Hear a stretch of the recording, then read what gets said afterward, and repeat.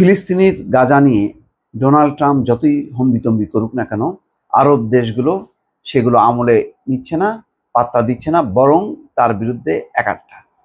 তার একটি প্রতিফলন ঘটেছে। ওয়াশিংটনে মিশরের পররাষ্ট্রমন্ত্রী গেছেন এবং সেখানে যেই নতুন পররাষ্ট্রমন্ত্রী, মার্কিন পররাষ্ট্রমন্ত্রী মার্কো রুবিও, তার কাছে একেবারে তার সঙ্গে দেখা করে ট্রাম্পের এই প্রস্তাব নাকচ করে দিয়েছেন মিশরের পররাষ্ট্রমন্ত্রী। তিনি আরব দেশগুলোর প্রতিনিধি হিসেবেই সেখানে গেছেন এবং কথা বলেছেন। এটা একটা বলা যায় সুসংবাদ যে ট্রাম্পের এই চাপে বা হম্বিতম্বিতে আরব দেশগুলো ভয় পায়নি, মাথা নত করেনি, বরং সোচ্চার প্রতিবাদ জানিয়েছে।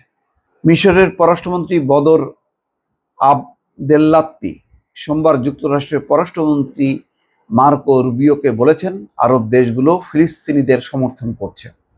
তারা বাস্তুচ্যুত ফিলিস্তিনিদের গাজা থেকে সরানো এবং উপত্যকাটির নিয়ন্ত্রণ নেওয়া বিষয়ক যুক্তরাষ্ট্রের প্রেসিডেন্ট ডোনাল্ড ট্রাম্পের প্রস্তাব নাকচ করেছে।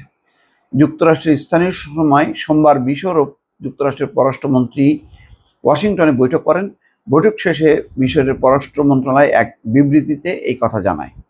বৈঠকে গাজা পুনর্গঠনের গতি বাড়ানোর গুরুত্বের উপর জোর দিয়েছেন দেশটির পররাষ্ট্রমন্ত্রী বদর আবদেল্লাত্তি।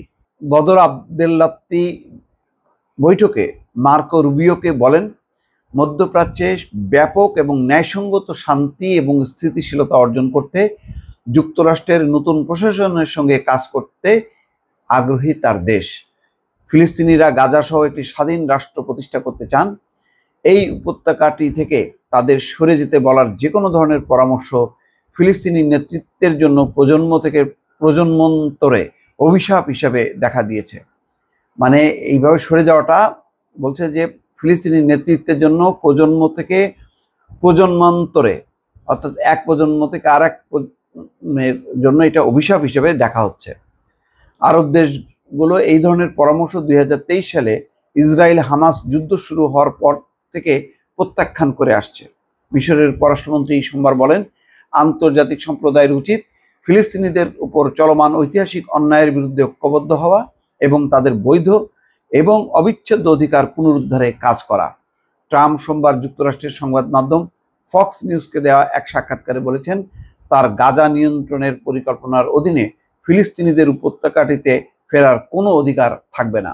অর্থাৎ তিনি গাজা একবার করবেন, সেখানে ফিলিস্তিনিদের কোনো জায়গা হবে না এবং কোনো অধিকার থাকবে না। ট্রাম্পের পরিকল্পনা নিয়ে বিশ্বব্যাপী নিন্দা হচ্ছে। আঞ্চলিক এবং আন্তর্জাতিক নেতারা বলেছেন, এই ধরনের পদক্ষেপ আঞ্চলিক স্থিতিশীলতাকে হুমকির মুখে ফেলবে।